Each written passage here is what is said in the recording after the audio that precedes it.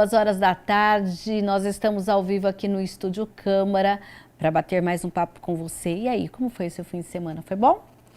Democratizar o acesso aos avanços da ciência, criando condições para que a maior parte das pessoas consiga discutir temas que, de algum modo, podem impactar e transformar a sociedade. A divulgação científica fora dos muros dos institutos e das universidades é o tema do nosso programa e para isso a gente conta com a participação da Cecília Mouta, que é a apresentadora do podcast de divulgação científica do Instituto Princípio de Física Teórica, Ombros de Gigantes, e também da Luciana Noronha, que é jornalista da assessoria de comunicação do CNPEM, que é o Centro Nacional de Pesquisa em Energia e Materiais, que fica aqui em Campinas.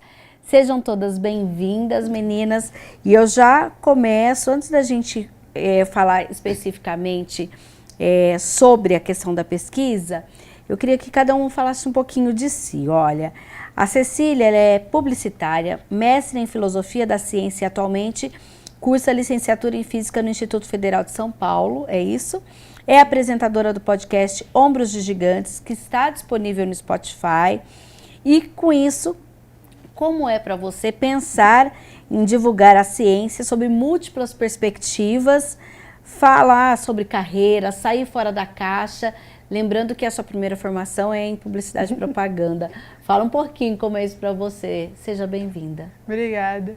A gente brinca lá no princípio que eu peguei e uni todos os meus diplomas num lugar só, né? Porque eu tenho a formação inicial em publicidade e trabalhava com redação publicitária, mas voltada para mercado mesmo. Sim.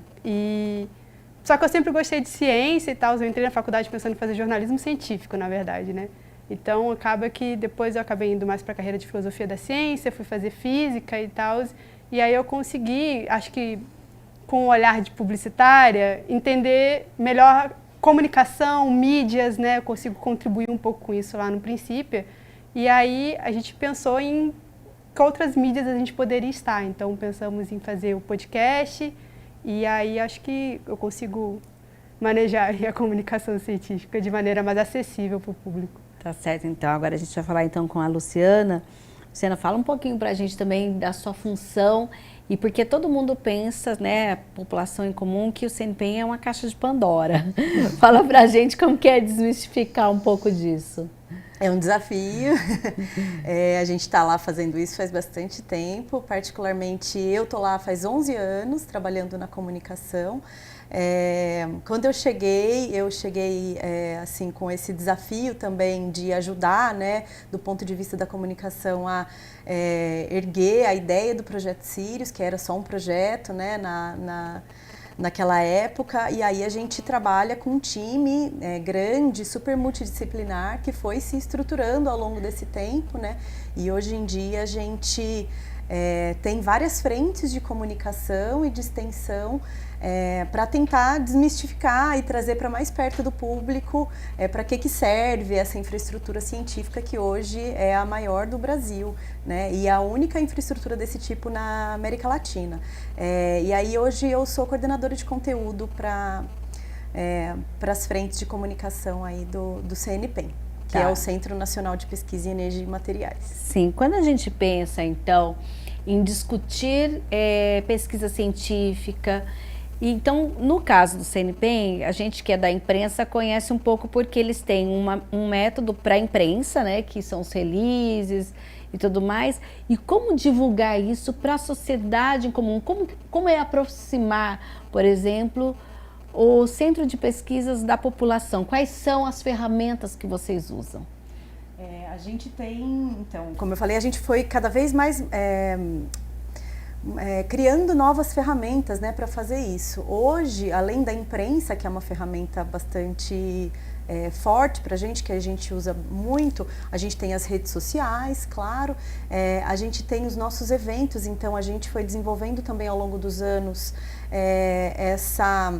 capacidade e essa habilidade de desenvolver eventos de divulgação científica, então tanto os eventos que a gente vai para fora para apresentar o que a gente faz em estandes de eventos de ciência, seja eventos científicos, seja eventos como o encontro da Sociedade Brasileira para o Progresso da Ciência, que é a SBPC, a Semana Nacional de Comunicação, e a gente tem também o Ciência Aberta. O Ciência Aberta é um evento que a gente faz desde 2016 e que a gente, nesse dia, que normalmente é um sábado, a gente abre as portas de todo o campus para receber a população interessada em ciência, quem quiser conhecer. Então, é um evento que é um grande sucesso. Desde a primeira edição a gente recebe milhares de pessoas.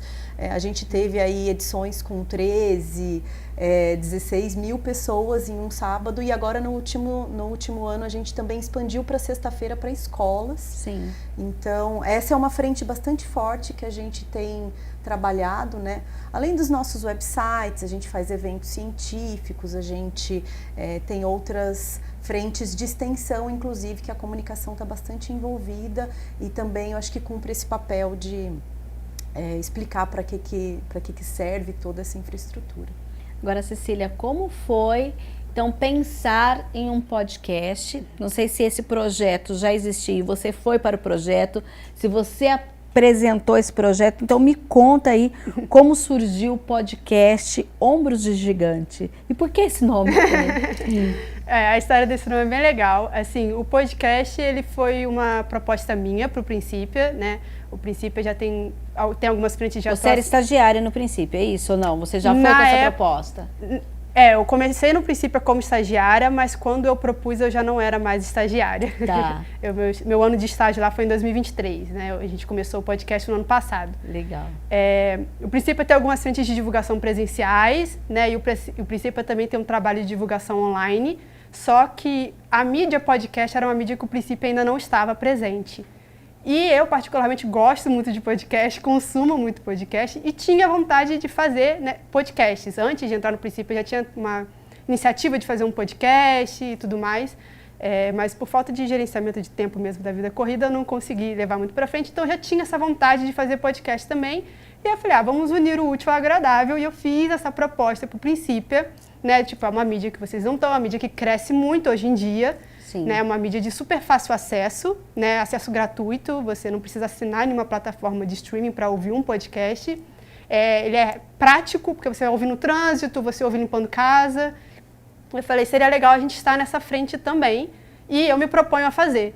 E aí o Princípio prontamente aceitou, abraçou a minha proposta, e aí a gente foi pensar os quadros, ou pensar como seria esse podcast, né. Inicialmente o Princípio já fazia um quadro chamado You Science, que é para o YouTube. Eu apresento esse quadro. Eu vi.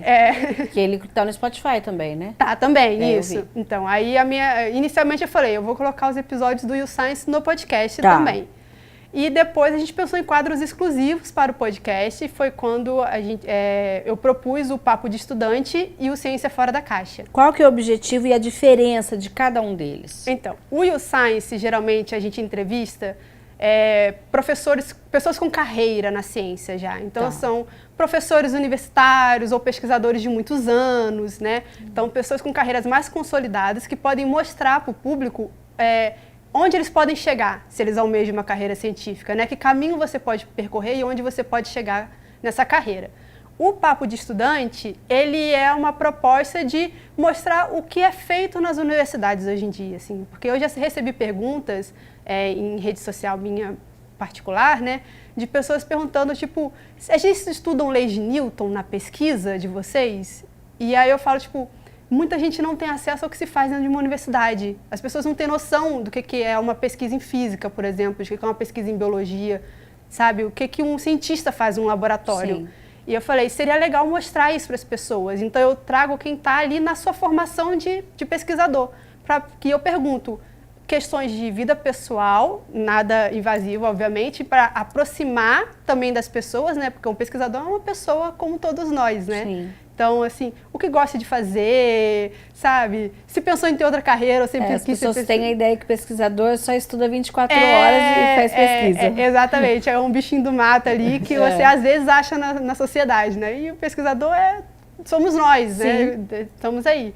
Então, tinha esse intuito, né, de aproximar o pesquisador de qualquer pessoa, porque às vezes as pessoas elas têm esse não pertencimento com a ciência, né? Tipo, a ciência é uma coisa, ciência e cientista é muito distante de mim, da minha realidade.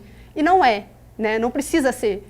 Então, era para aproximar e mostrar o processo mesmo. Tipo, o que você pesquisa? Como é seu dia a dia? Você vai todo dia para o laboratório? Você fica em casa? No laboratório, como é que é? Se for, por exemplo, uma área teórica, tipo física teórica, não necessariamente, você fica no computador, como é que é o dia a dia? Então, era trazer essa noção para as pessoas, para o público em geral, né, do que, como é uma carreira de pesquisa, como é fazer pesquisa. Sim. E o Ciência Fora da Caixa já é um quadro com uma proposta mais para o meu lado da filosofia, que eu, sim, como eu estou nos dois mundos, eu estou tanto no mundo da filosofia e da comunicação, mas eu também estou no mundo científico, que eu faço iniciação científica, eu faço minhas pesquisas em física. Eu sei que, muitas vezes, a filosofia pensa a ciência de um jeito que a ciência não pensa a si mesma. Porque os cientistas estão muito preocupados, às vezes, com ali o fazer técnico deles. Sim, sim. E aí, muitas vezes, quando eles defendem certas ideias, talvez eles não tenham parado para pensar que pressupostos eles estão assumindo com essas ideias. Ou então, que tipos de consequências epistemológicas, né, de conhecimento essas ideias têm. Então, a filosofia da ciência, eu acho que tem um papel muito importante de pensar a ciência em formas que a ciência não consegue se pensar.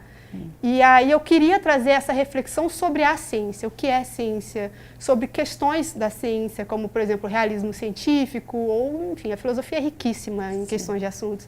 E também mostrar como a ciência pode estar no cotidiano de todo mundo, né? Amanhã, por exemplo, já vou dar um spoiler aí para todo mundo, eu vou gravar um episódio sobre a ciência nos enredos de carnaval, que vai ser o episódio de carnaval de março, né, do podcast Ciência Fora da Caixa. Que é isso, é tipo, onde a gente consegue ver ciência fora dessa caixa científica, né, fora da caixa das universidades, dos laboratórios, né? A ciência está no dia a dia, a ciência está na arte, como que a arte pode falar de ciência? Ainda mais que a gente está numa época em que os adolescentes, principalmente, questionam muito por que eu tenho que aprender isso? Onde eu vou usar isso na minha vida? Né? Eles começam a se questionar, porque pelo menos a minha geração tinha que aprender e pronto, a gente aprendia.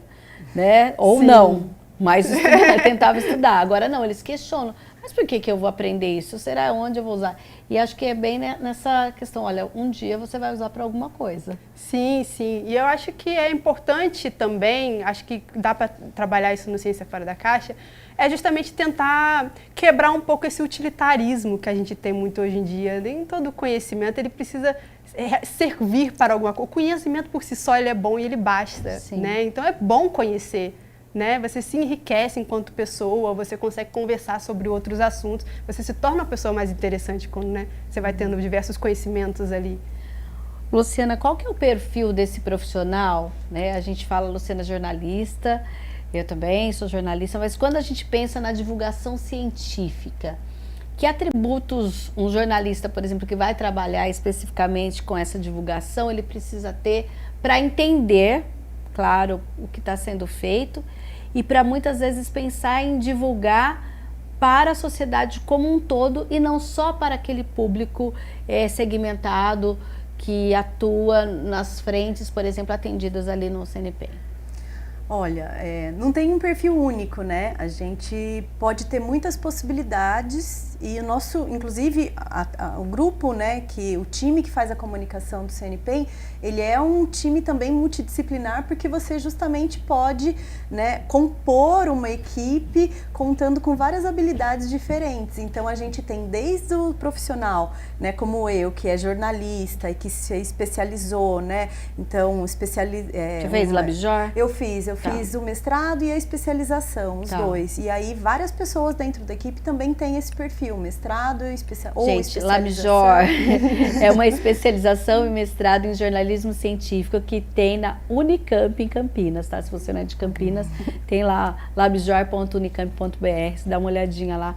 Inclusive, as turmas de 2025, acho que já começaram, tem que esperar para ver quando vai ser o próximo processo seletivo. Sim, e justamente os cursos, né, tanto o mestrado quanto a especialização do LabJOR são referências para a formação tanto de comunicadores quanto de cientistas que entendem, que querem fazer e trabalhar com comunicação científica. Sim. Então esse é um perfil que a gente sempre olha com bons olhos, né, quando a gente vai compor a nossa equipe, mas a gente também tem físicos, a gente tem biólogos, a gente tem o pessoal que tem a formação em mediologia, que também é um curso da CNPEM é do governo federal.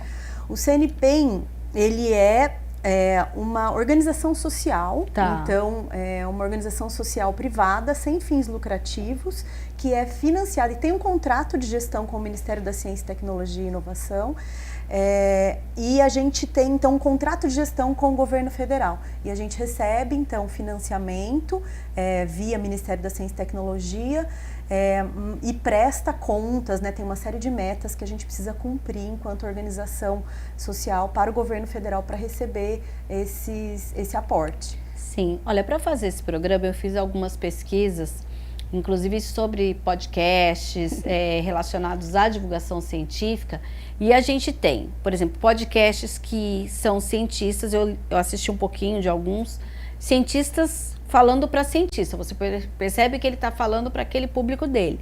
Tem outros que é meio que desmistificar mesmo e colocar, usar aquela palavra, aquele termo científico de uma outra forma que qualquer pessoa possa entender.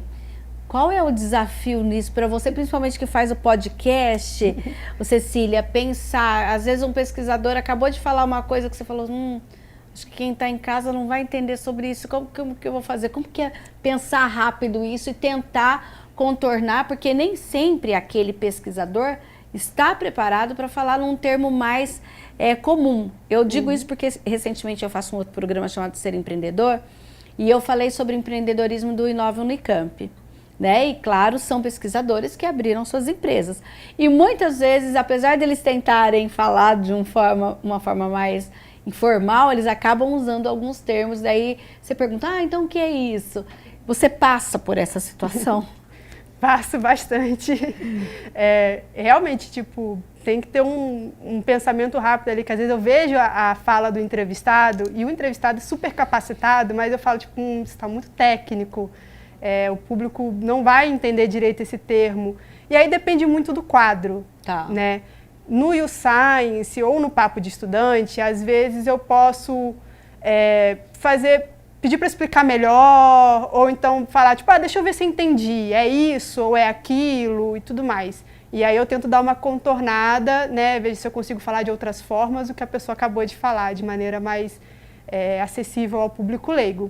No Ciência Fora da Caixa, esse ano a gente está com um formato um pouco diferente, em que eu coloquei justamente visando sanar esse problema, né? Que às vezes a gente tem convidados que são muito técnicos, né, nas falas deles, e aí eu coloquei narrações ao longo do episódio. Então, assim, a partir desse ano, todos os episódios estão com 3 pontos de narração ao longo dos episódios, né? O primeiro é mais uma introdução ao tema, e tem a do meio e a do final, que é justamente tentando dar uma recapitulada no que foi respondido pelo entrevistado até ali, de uma maneira mais poética, filosófica, mais acessível. E aí a gente também está colocando, por exemplo, narrativas sonoras. Então, o episódio que saiu agora em janeiro era sobre neurociência, filosofia da neurociência. Era com uma entrevistada que estudava cérebro bayesiano.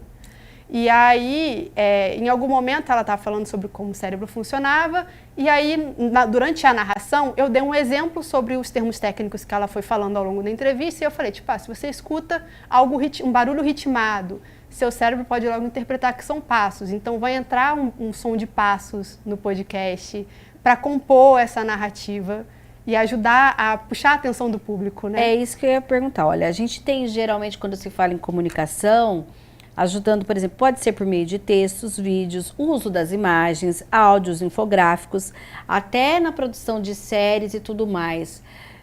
Vou continuar com a Cecília e depois a Luciana fala um pouquinho. Quais são, então, as ferramentas que vocês utilizam nesse dia a dia? Você está falando, inclusive, que essa começou a usar a narração justamente para facilitar. Você utiliza desses outros recursos também, como, por exemplo, uma tela, um infográfico, alguma coisa nesse sentido ou não? Então, o YouScience, como ele era inicialmente, até hoje é um programa pro YouTube, a gente trabalha com imagens também, caso o entrevistado queira levar imagens que vai ajudar na fala dele, ele quer demonstrar alguma coisa, então a gente tem essa possibilidade. Mas isso é na hora ou após produção? Na hora. Tá. Na hora. Então, o entrevistado pode levar imagens caso ele queira, né? E aí, como o YouScience ele é gravado em vídeo, a gente disponibiliza o vídeo no Spotify, por exemplo, né? Que é uma plataforma que permite o vídeo.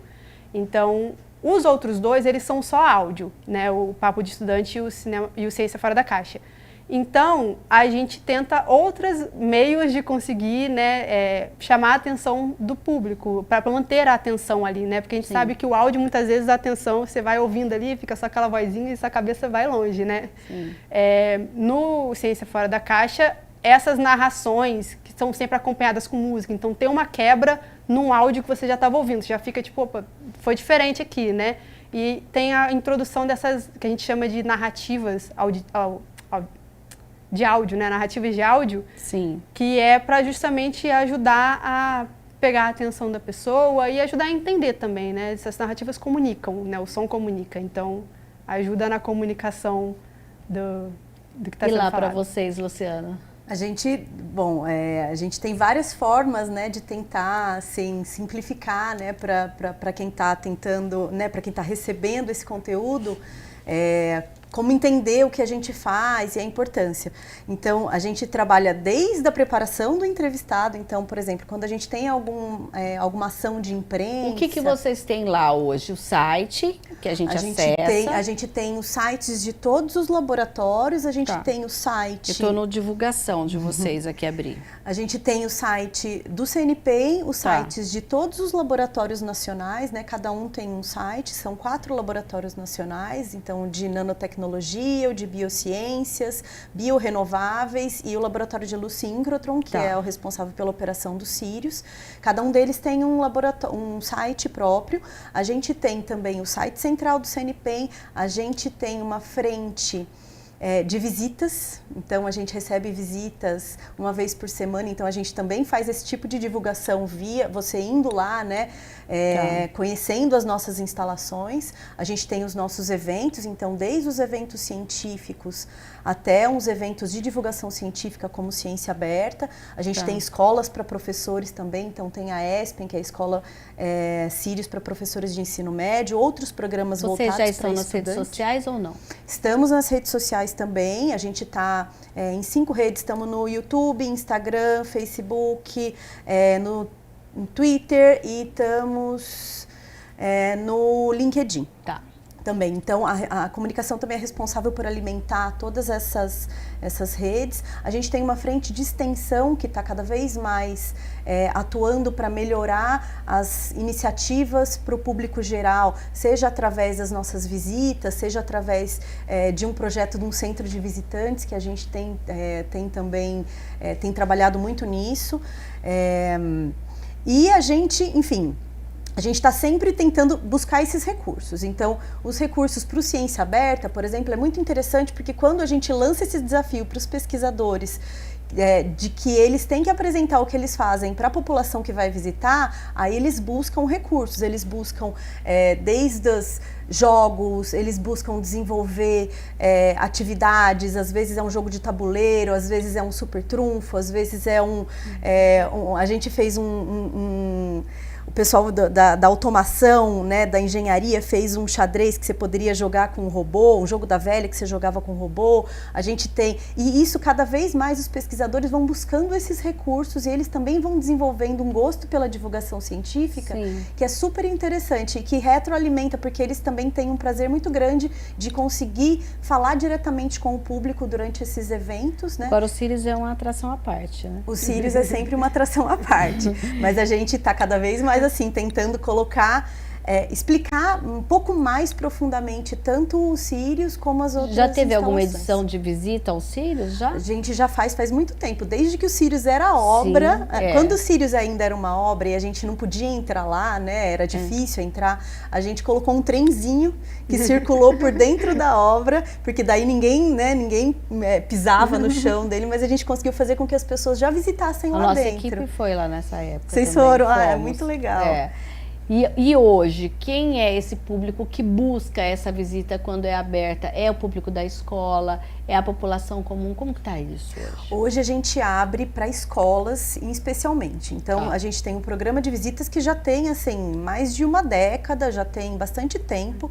E a gente recebe principalmente turmas de estudante às quartas-feiras. A gente pode receber até 2 turmas, de manhã e uma tarde. E isso, a gente abre essa inscrição 2 vezes por ano. Uma para o primeiro semestre e uma para o segundo semestre. E aí os interessados entram em contato, preenchem o formulário e a gente vai encaixando. As escolas entram As escolas. Ensino isso. médio ou fundamental?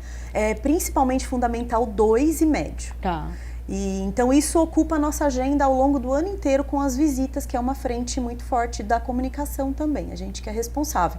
Além disso, a gente tem outros tipos de visitas, então a gente recebe muito visitante que são empresas interessadas em parcerias, os participantes dos eventos, tanto dos nossos eventos científicos como dos eventos que estão acontecendo nas instituições científicas ao lado, em São Paulo, em Campinas, então na USP ou na Unicamp ou em qualquer lugar, pede pra gente para vir visitar, então a gente recebe essas visitas também. Parceiros estratégicos, então aí a gente tem um hall enorme de visitantes que circula por lá. Tá certo, então, olha, e como a gente está falando de pesquisa científica e graduação, começou hoje o prazo para a matrícula na Unicamp dos convocados da primeira chamada. São 2.574 candidatos no vestibular, 365 na modalidade Enem Unicamp e 122 para as vagas olímpicas. A Carla Mendro é quem traz os detalhes e a gente vai falar com ela, acioná-la agora. Carla, boa tarde. Oi, Mirna, boa tarde a todos aí no estúdio, é isso mesmo, né? Primeiro dia das inscrições, né, para que os convocados dessa primeira chamada aqui da Unicamp façam as suas inscrições e não perca essa data que é muito importante. Começou hoje às 9 horas da manhã, hoje dia 27, vai até amanhã, dia 28, às 5 da tarde. Então não pode perder essa data que é extremamente importante, né? Eu estou com a Juliana aqui, ela vai dar mais detalhes sobre isso. É isso mesmo, a gente faz a matrícula, né? Atualmente ela é uma matrícula online e vai somente de hoje a amanhã às 5 da tarde. Então a gente não quer, né, que essa candidata, esse candidato perca aí a matrícula por conta de alguma coisa aí de horário ou de dia aí na matrícula virtual. Tá ótimo, Juliana, agradeço sua participação, agradeço por nos receber. Mina, é isso, né? As datas estão aí, já tinha sido informada, né, para esses alunos que foram convocados, então é correr atrás, fazer a matrícula, está tudo aqui no site. Eu volto com você no estúdio. Tá certo, então, olha, então a gente lembra que a matrícula é online e ela pode ser feita até às 5 horas da tarde desta terça-feira, dia 28 de janeiro. Na página da Conveste, o candidato vai utilizar o seu número de inscrição e a senha. As orientações sobre os procedimentos estão lá na página de cada modalidade.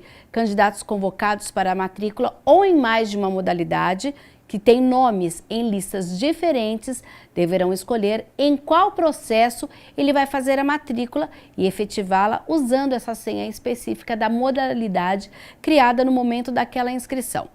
Os candidatos convocados em primeira opção que não realizarem a matrícula eletrônica ficam excluídos da modalidade. A segunda chamada será divulgada no dia 3 de fevereiro, que é a próxima segunda-feira. Mais informações no site conveste.unicamp.br.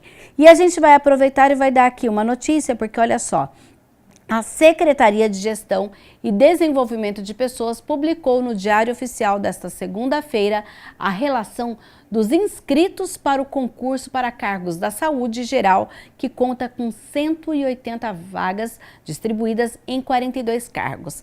São 3 listas: a de ampla concorrência, a de pessoas pretas ou pardas e a de pessoas com deficiência.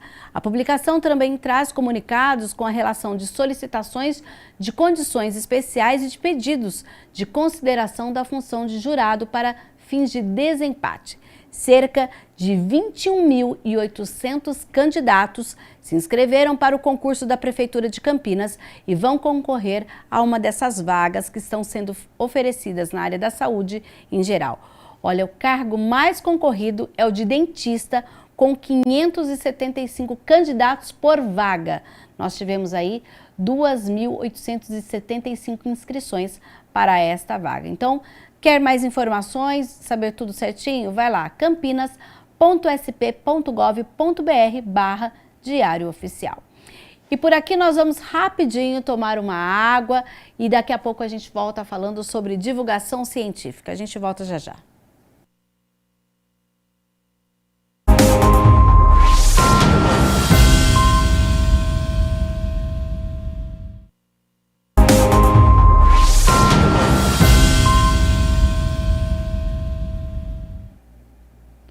E hoje o tema do Estúdio Câmara é a divulgação científica. Quais são as ferramentas que esses profissionais utilizam? Qual é a importância? E a gente recebe hoje aqui a Cecília Mouta, que é apresentadora do podcast de divulgação científica do Instituto Princípia de Física Teórica Ombros de Gigantes, e também a Luciana Noronha, que é jornalista da assessoria de comunicação do CNPEM, o Centro Nacional de Pesquisa em Energia e Materiais. Agora a gente estava falando sobre alguns, né, como que é para você, Luciana, pensar, você falou que são profissionais multimídia, né, para pensar em como atuar no CNPEM, passar essa informação, por exemplo, no modelo, por exemplo, das mídias sociais. Como que é que vocês fazem lá? Todos têm que ter aptidão? Ah, esse gosta mais de fazer a arte, esse gosta mais de escrever o texto. Como que é dividir esse trabalho?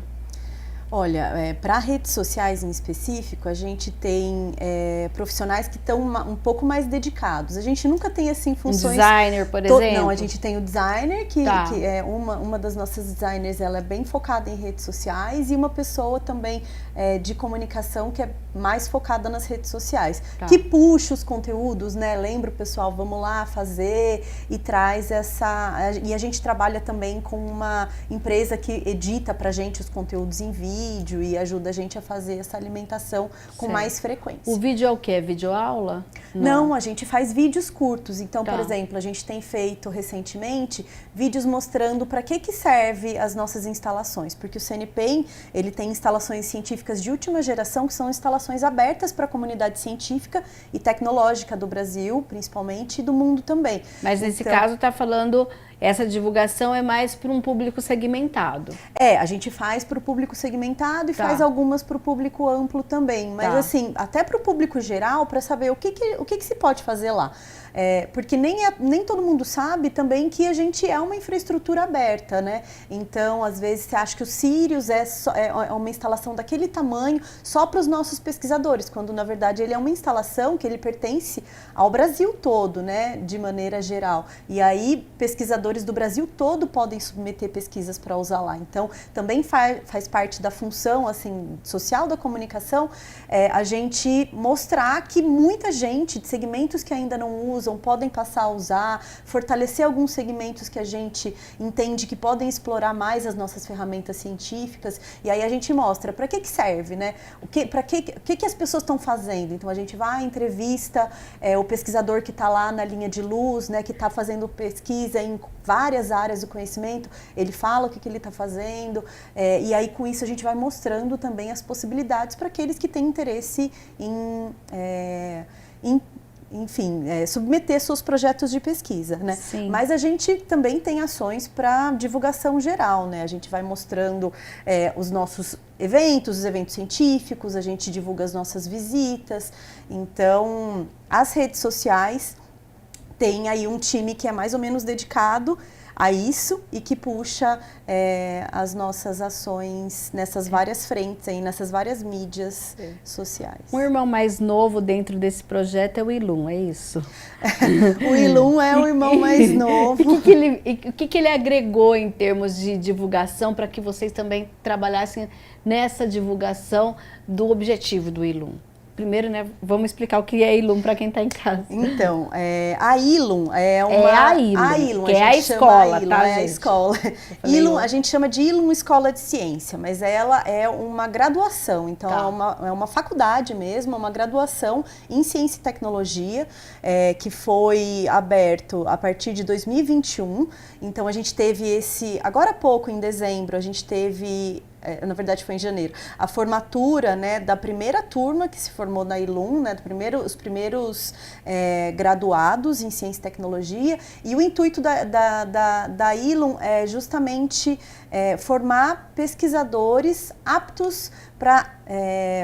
na verdade, pesquisadores multidisciplinares, aptos para trabalhar com os desafios que o mundo moderno pede, então a conectar disciplinas. Então um dos desafios que eles têm lá é justamente tirar tudo, descompartimentar as disciplinas, fazer com que os alunos consigam relacionar as diferentes disciplinas, colocar as ciências humanas para formar cientistas, às vezes que trabalham com física, com biologia, com química, mas que também saibam de ciências humanas e também consigam pensar de maneira crítica a respeito do fazer científico, que é uma formação que às vezes a gente vai adquirindo muito depois, e a ideia na Ilum é trazer isso já para os primeiros anos da faculdade. E você já ter um profissional um pouco mais amadurecido, que já consiga, de repente, ir para um doutorado direto, ou que consiga criar sua própria startup, mas que vá trabalhar com ciência e tecnologia, que já chegue com uma formação mais pronta para responder aos desafios que a modernidade assim está nos provocando.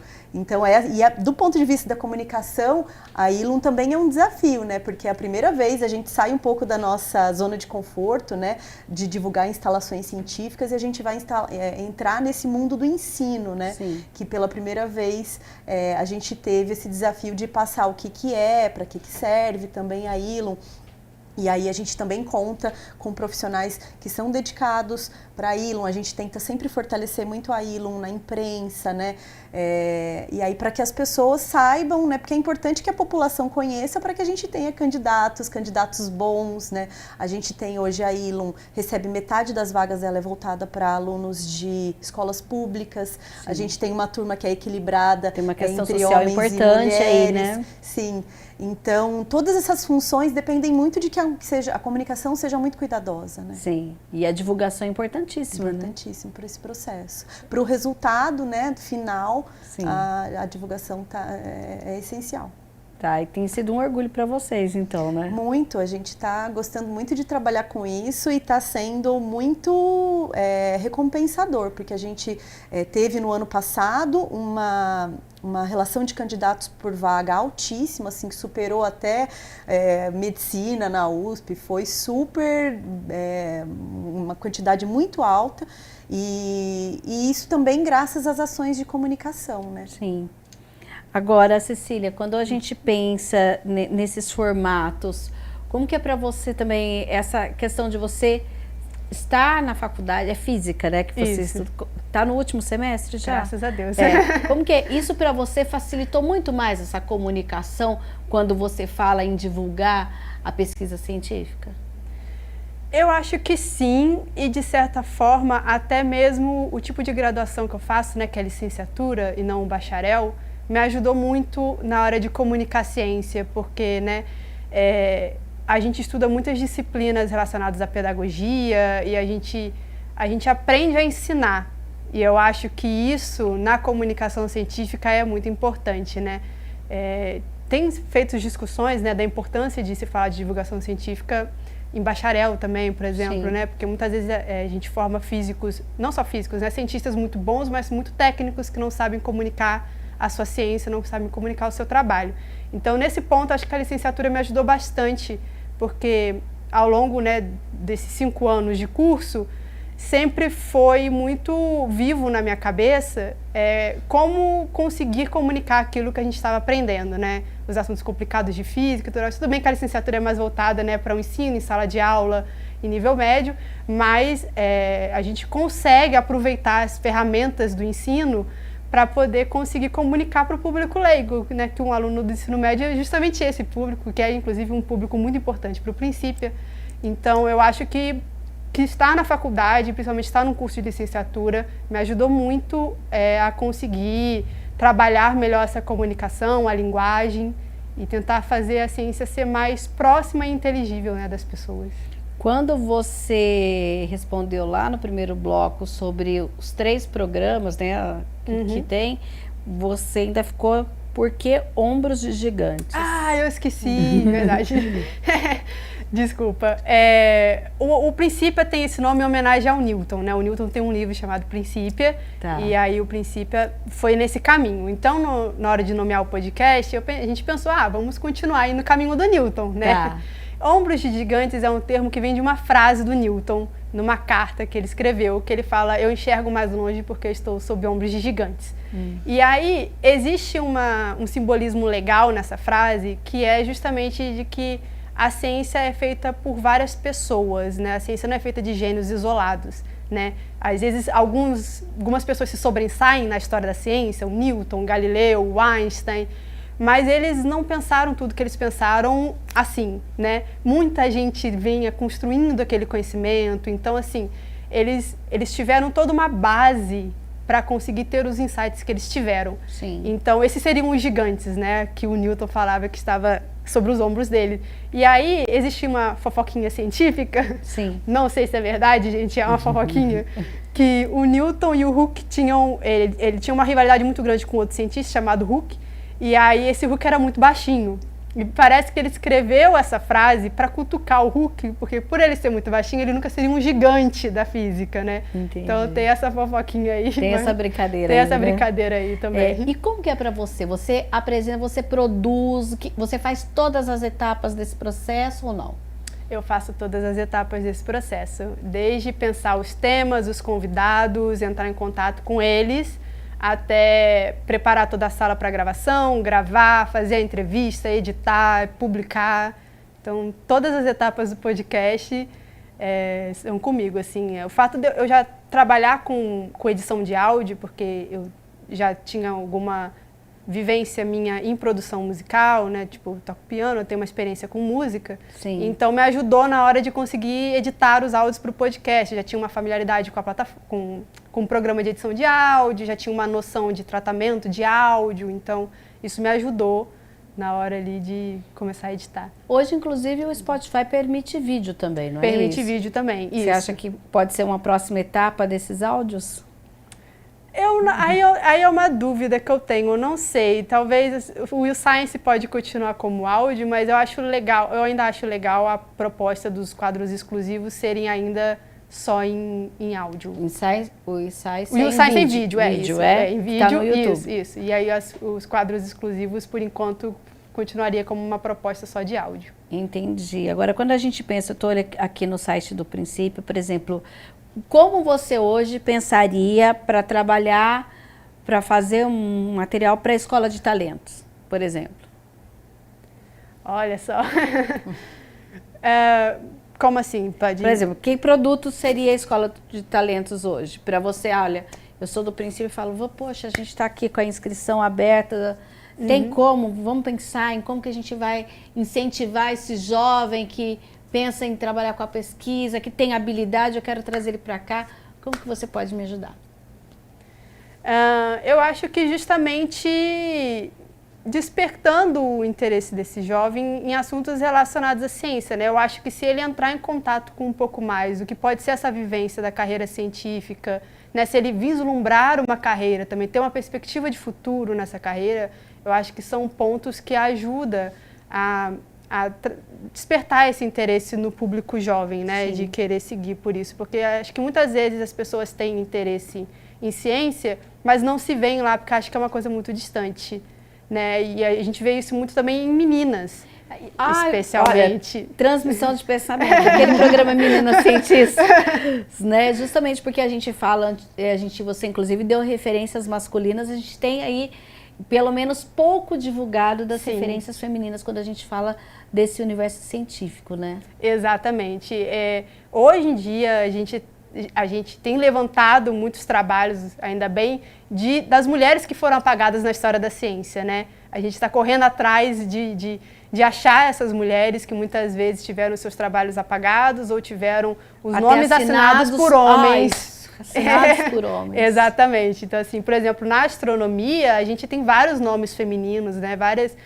Tinha uma astrônoma, que tinha uma astrônoma que era a minha xará, Cecília, mas tinha uma outra que agora eu não estou lembrando o nome dela.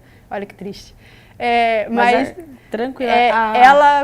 Tem outras universidades, mas o que a gente conhece aqui na nossa região do interior de São Paulo é o da Unicamp, que são as meninas cientistas, né? Super cientistas, né? Que ela de olho conseguia assim detectar o espectro de uma estrela com uma agilidade absurda, e ela ajudou a catalogar muitas estrelas, assim. Então foi o trabalho de uma mulher. Então, assim, a gente agora está correndo nesses trabalhos de conseguir colocar as mulheres na ciência, né? Na história da ciência. Eu acho que isso também, inclusive, a gente tem o cinema, que parece que começou também a despertar um pouco para esse tema da participação das mulheres na pesquisa. Tem aquele filme, agora eu esqueci o nome, na NASA. Uma Estrela Além do Tempo, né? Acho que é alguma coisa assim. Então a gente começa a perceber também que quando o cinema, o entretenimento começa também a pincelar essas participações, a coisa começa a ficar um pouco melhor, tipo assim, olha, alguma coisa estava acontecendo e os homens não fizeram nada sozinhos, né? Sim. E como que está hoje essa questão, por exemplo, lá no CNPq, da participação da mulher na ciência? Olha, hoje a gente tem frentes que estão tentando... a gente está participando de cada vez mais frentes voltadas para meninas, então sempre quando a gente recebe uma iniciativa como a Meninas Super Cientistas, a gente tem parceria com tem vocês? Parceria no sentido de que a gente acolhe essas meninas, elas vão visitar o CNPq, elas visitam os Sírios, elas passam um dia inteiro lá.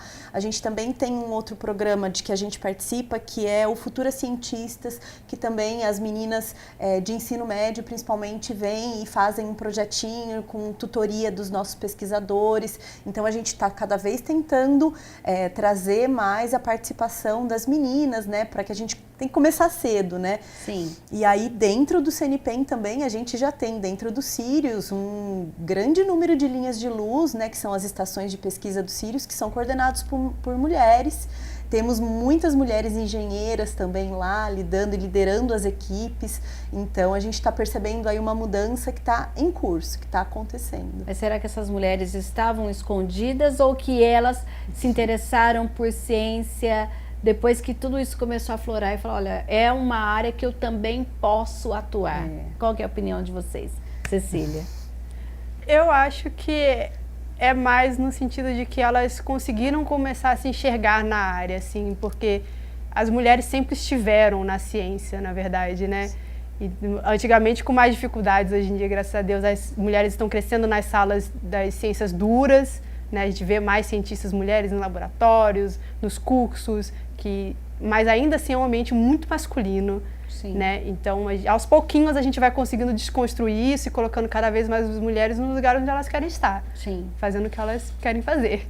Tá certo. Agora, quando a gente pensa, inclusive, nessa ciência, nessa divulgação, a Luciana mencionou, por exemplo, que também tem a questão das startups, que hoje a gente fala muito de levar a pesquisa para o mercado. O CNPq também tem esse olhar? Sim, o CNPq tem... vários projetos, né, que acontecem em parcerias com empresas. A gente tem alguns laboratórios que atuam até de maneira mais próxima a empresas para a gente tentar unir esse gap que existe entre, às vezes, o fazer científico e a indústria, de fato, né? Então, por exemplo, o Laboratório Nacional de Biorrenováveis, ele tem uma ponte com a indústria, o LNBio também tem uma ponte com a indústria farmacêutica para desenvolvimento de medicamentos em especial. A gente tem pesquisas nos Sírios, em especial, que estão acontecendo para a área de óleo e gás, que estão também vislumbrando essas parcerias com empresas empresas como a Equinor, a Petrobras e outras. Então a gente a gente tem um setor lá, né, de inovação que justamente trabalha com esse desenho de patentes, que dá toda essa assessoria para os pesquisadores que buscam trabalhar em parcerias com empresas para que essa ponte entre conhecimento e inovação aconteça. Lá no princípio também tem essa questão ou ainda não? De pensar nesses profissionais também um dia empreendendo? Olha, eu acho que o olhar do princípio ele é mais voltado para a formação de uma carreira acadêmica. Certo. Mas, obviamente, hoje em dia, a gente não consegue se desvincular de um desenvolvimento tecnológico do mercado, né? Sim, é impossível. com certeza. Então, eu acho que, com certeza, a gente contribui para isso, mas não é o nosso foco. Sim, você falou que, inclusive, o tema já preparado para o carnaval de um dos produtos é a ciência no carnaval. É isso que você vai gravar amanhã. Isso, a ciência nos enredos das escolas de samba. Nos enredos. Isso. Você vai pegar como exemplo Rio de Janeiro, São Paulo, dá para pensar? Então, o nosso entrevistado, ele fez um doutorado em cima disso, é um professor da Universidade de Pelotas. E aí, ele fez um doutorado estudando isso, ele é químico, né, de formação. E aí eu vou justamente conversar com ele sobre toda essa pesquisa que ele desenvolveu no doutorado. Já tem data para lançamento? Vai ser na terça-feira de carnaval. Terça-feira de carnaval, hein? Olha, gente, entra lá no Spotify, né? A gente está não só no Spotify, esse ano a gente conseguiu ir para outros streamings também. A gente está no Apple Podcast, a gente está no Pocket Casts, no Deezer e no Spotify. Então entra lá no Ombros de Gigante. Ombros de Gigantes. No streaming que você usa para assistir podcast, para ouvir podcasts, pode pesquisar lá Ombros de Gigantes para ouvir o episódio. A gente tem que pensar, março tem aí, tem carnaval, é o mês da mulher, também tem bastante coisa para fazer. Então, mês que vem, agora em fevereiro, vai sair um episódio muito legal de um tema muito importante da gente conversar, principalmente agora que a gente está tendo iniciativas privadas na ciência, cada vez mais, né? Que é a questão de valores na ciência. É o tema do episódio do Ciência Fora da Caixa agora de fevereiro. E aí é bem legal a gente poder refletir um pouquinho sobre essas questões de valores. Estreia que dia? 4 de fevereiro. 4 de fevereiro, já rapidinho, gente, na Daqui a próxima pouco. semana. Na próxima semana, então. E lá no CNPEM, a gente precisa pensar, então, quem está aí na escola, já conversar com o seu tutor para o ano. Inclusive, a gente está no finalzinho de janeiro, escola particular voltando, e logo em fevereiro as escolas públicas também voltam. E muitos professores já podem, inclusive, entrar em contato com vocês. Isso, pode entrar lá no nosso site. A gente, normalmente, por volta também do carnaval, a gente abre as inscrições, acho que um pouquinho depois do carnaval, talvez, a gente abre as inscrições para as visitas daí do primeiro semestre, né? Então, aí os professores, é legal que eles fiquem ligados para se inscrever, porque tem uma concorrência muito grande, né? Tem uma busca muito grande e as vagas, às vezes, para as visitas se esgotam rapidamente. Então, a gente recomenda que fique de olho nas nossas redes sociais, porque a gente divulga em todas as redes quando a gente abre o período de inscrição para visitas. Então, todas essas redes em que a gente está, Facebook, Instagram, YouTube, no LinkedIn e no Twitter, a gente barra, né? Então, é o endereço da plataforma /CNPEM, né? Centro Nacional de Pesquisa em Energia e Materiais. Quem estiver seguindo vai ficar sabendo quando abrir aí as inscrições para as visitas e é só se inscrever, ficar ligado para não perder a agenda do primeiro semestre. Aqui na divulgação do CNPEM tem 2 produtos que nós não conversamos. O CNPEM 360, o que é? Então, isso é muito legal. A gente tem um tour virtual, então a gente sabe, o Brasil é muito grande, às vezes as escolas têm dificuldade de se organizar a tempo para vir, então a gente, no período da pandemia, a comunicação fez uma força-tarefa para desenvolver uma visita virtual.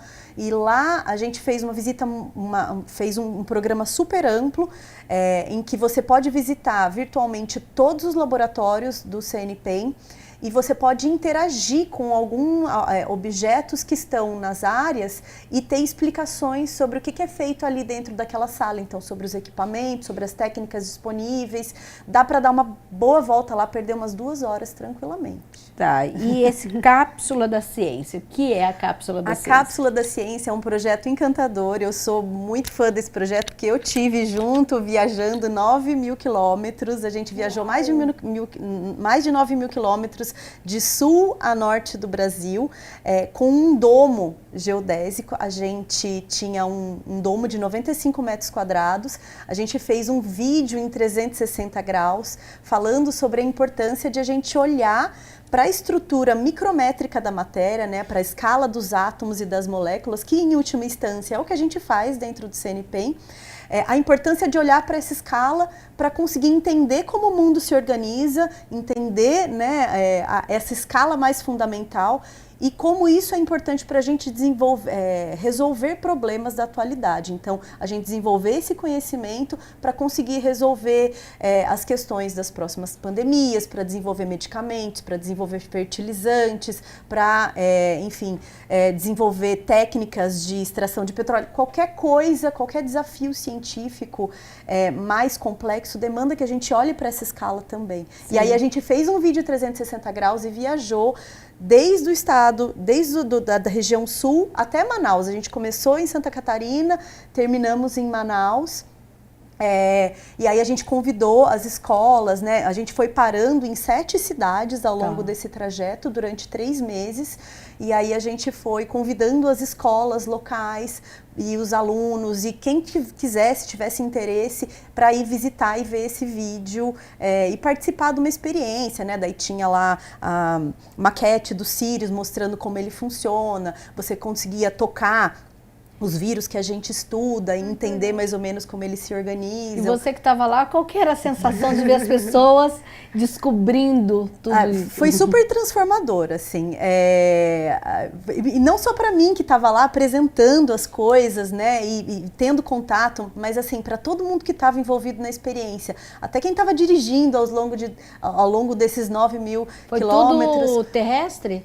Tudo terrestre. Inclusive, a gente teve problemas para chegar em Manaus, porque rompeu uma ponte, a gente atrasou 1 semana da data que estava, porque a ponte teve que ser reconstruída, o pessoal ficou lá 1 semana dormindo dentro do caminhão para conseguir levar a cápsula até lá. Foi uma aventura.